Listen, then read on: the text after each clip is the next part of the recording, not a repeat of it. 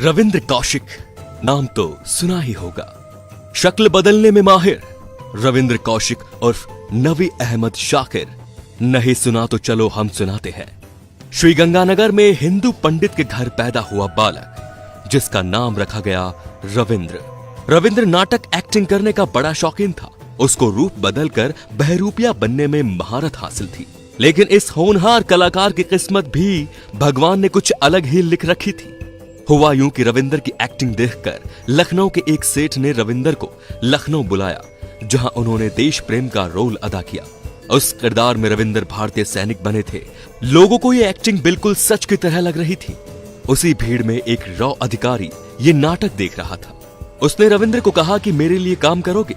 उसने रविंद्र को काम नहीं बताया, पर इतना कहा कि बहरूपिया बनकर मुसलमान की एक्टिंग करनी पड़ेगी। रविंद्र ने कहा क्यों नहीं। रविंद्र के हामी भरने के बाद रॉ द्वारा उसको गुप्त स्थान पर ले जाया गया। फिर रविंद्र की 2 साल तक ट्रेनिंग चली और ये भी देखा गया कि रविंद्र के अंदर देश प्रेम और धर्म के प्रति कितनी आस्था है। ऐसा इसलिए किया जाता है क्योंकि मुस्लिम देश में कोई एजेंट पकड़ा जाए तो वो किस हद तक मुंह खोल सकता है। रविंद्र हर परीक्षा में पास हुआ। रविंद्र ने रॉ के अधिकारियों को खुश कर दिया था। आखिर में रविंद्र के इम्तिहान का दिन आ गया। रॉ के एक बड़े अधिकारी ने रविंद्र को बोला कि पाकिस्तान जाओगे। रविंद्र ने कहा हां, आपका जैसा आदेश। रॉ के एजेंट ने कहा कि तुम जासूस बनकर पाकिस्तान जाओगे। मर गए तो तुम जानो और तुम्हारा काम। रविंद्र ने कहा मुझे खुद पर भरोसा है। रूप बदलने की कला को आज तक कोई नहीं पकड़ पाया। इतना ही रॉ के अधिकारियों को सुनना था। फिर रविंद्र का बाकायदा खतना करवाया गया। उसे दिन में 5 बार मुस्लिम की तरह नमाज पढ़ने की ट्रेनिंग दी गई।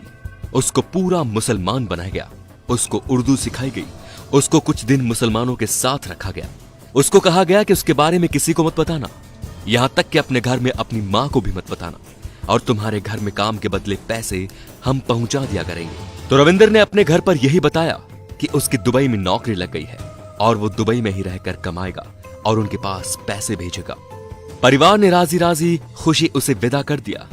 फिर उनको भारतीय सेना द्वारा सीमा पार करवा के पाकिस्तान भेजा गया, जहां अब रविंद्र को अपनी पूरी जिंदगी बितानी थी। रविंद्र ने पाकिस्तान जाकर सबसे पहले अपना शिनाख्ती कार्ड बनवाया और कराची के एक कॉलेज में LLB डिग्री ले ली। फिर एक दिन अखबार में रविंद्र ने पाकिस्तानी सेना का इश्तिहार देखा। कहा जाता है कि रविंद्र उर्फ नवी अहमद शाकिर ने पाकिस्तानी सेना को अपने काम से इतना खुश कर दिया था कि सेना में वो मेजर के पद तक पहुंच गए थे। पाकिस्तान में मेजर का पद काफी ओहदा रखता है और अंत में उन्होंने अपने सीनियर अधिकारी चकीवर शेख की बेटी फातिमा से शादी कर ली। फातिमा से रविंद्र दिल से प्यार करते थे, पर रविंद्र ने फातिमा को कभी नहीं बताया कि वो उसके देश की जासूसी कर रहा है और वो भारतीय हिंदू है और मुसलमान बनकर उससे शादी की। वो भारत को पाकिस्तान से कई महत्वपूर्ण सूचनाएं भेज रहा था। इधर रॉ के अधिकारी खुश और पाकिस्तान में पाकिस्तानी सेना उसके काम से खुश। सब बढ़िया चल रहा था, पर कांग्रेस की सरकार से एक बहुत बड़ी चूक हो गई। हुआ यूं कि कांग्रेस की सरकार चाहती थी कि रविंद्र की सहायता के लिए एक और आदमी पाकिस्तान भेजा जाए। रविंद्र से इस बारे में जब पूछा गया तो रविंद्र ने कहा मुझे किसी की जरूरत नहीं है, मैं अकेला ही काम कर लूंगा। और कांग्रेस सरकार के दबाव में रविंद्र को हामी भरनी पड़ी। फिर एक और रॉ के एजेंट को तैयार करके पाकिस्तान रवाना किया गया। उसने भारत बॉर्डर तो पार कर लिया, पर रुक गया एक होटल पर चाय पीने, जहां कुछ पाकिस्तानी सैनिक पहले से ही बैठे थे। उन सैनिकों को इस एजेंट की बोलचाल से शक हो गया। सैनिकों ने उस एजेंट को पकड़ लिया और पूछा कि कौन हो तुम। उस मूर्ख एजेंट ने बोला कि मैं भारत से आया हूं मेरे दोस्त से मिलने, पर समय ही खराब था। उनमें से एक ने कहा बुला कौन है तेरा दोस्त, नहीं तो गोली मार दूंगा। इतना सुनते ही वो रॉ का एजेंट शुरू हो गया और बोला कि मैं रॉ का एजेंट हूं, यहां पर मौजूद पहले से ही रॉ के एजेंट की मदद करने आया हूं, और जो आपके सेना में मेजर हैं, जिसने हिंदू होते हुए भी मुस्लिम लड़की से शादी की, ये सब उसने बोल दिया। पाकिस्तानी सेना एकदम हक्का बक्का रह गई। सेना के एक सैनिक ने कहा तुम उससे कहां पर मिलने वाले थे? उससे उसी प्लान के मुताबिक मिलो, पर उसे शक नहीं होना चाहिए। प्लान के मुताबिक सुबह उसने रविंद्र को जिन्ना उद्यान में बुलाया। रविंद्र समय पर पहुंच गया। दोनों ने हाथ मिलाया। पहले से ताक में बैठे पाक सैनिकों ने रविंद्र को दबोच लिया।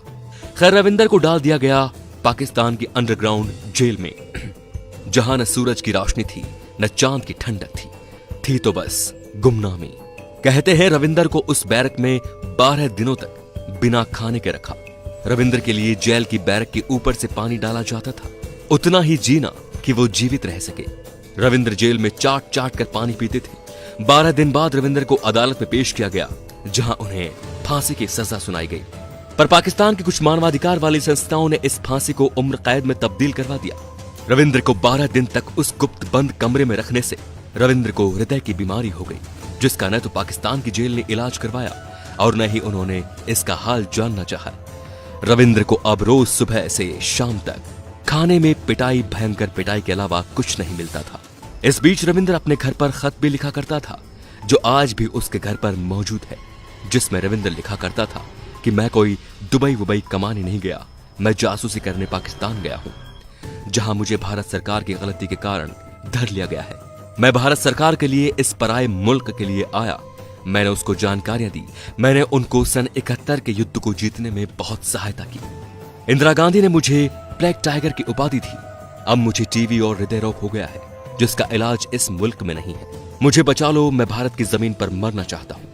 रविंद्र के पिता बार बार भारत के नेताओं से मिलते रहे। नेताओं ने इतना ही कहा कि उसने एग्रीमेंट साइन किया है कि पकड़ा गया तो उसकी कोई सहायता नहीं होगी। और अंत में 2001 में पाकिस्तानी टॉर्चर सहते सहते रविंद्र ने पाकिस्तान की जेल में प्राण त्याग दिए। भारत सरकार ने रविंद्र का शव लेने से भी इनकार कर दिया। पाकिस्तान की नीचता भी गजब है। उन लोगों ने रविंद्र का शव कचरे के साथ जला दिया। कहा जाता है कि रविंद्र की मुस्लिम पत्नी भी उससे मिलने एक बार जेल आई थी। उसने बस यही पूछा था कि क्यों किया मेरे साथ ऐसा। रविंद्र का जवाब था, मेरे देश के लिए। फिर वो उससे मिलने कभी नहीं आई। रविंद्र और उस मुस्लिम महिला का एक बेटा भी है, जो पाकिस्तान में ही रहता है। रविंद्र इतना महान रूप बदलू था कि वो पाकिस्तानी फौज में मेजर रहते हुए 5 बार अपने परिवार से मिलने आया था और ऐसे छुट्टियां बिताई जैसे कोई भारतीय फौजी अपने घर पर छुट्टियां बिताने आता हो। पर कभी पाकिस्तान को उस पर शक नहीं हुआ। बस कांग्रेस सरकार की एक छोटी सी गलती रविंद्र को ले डूबी।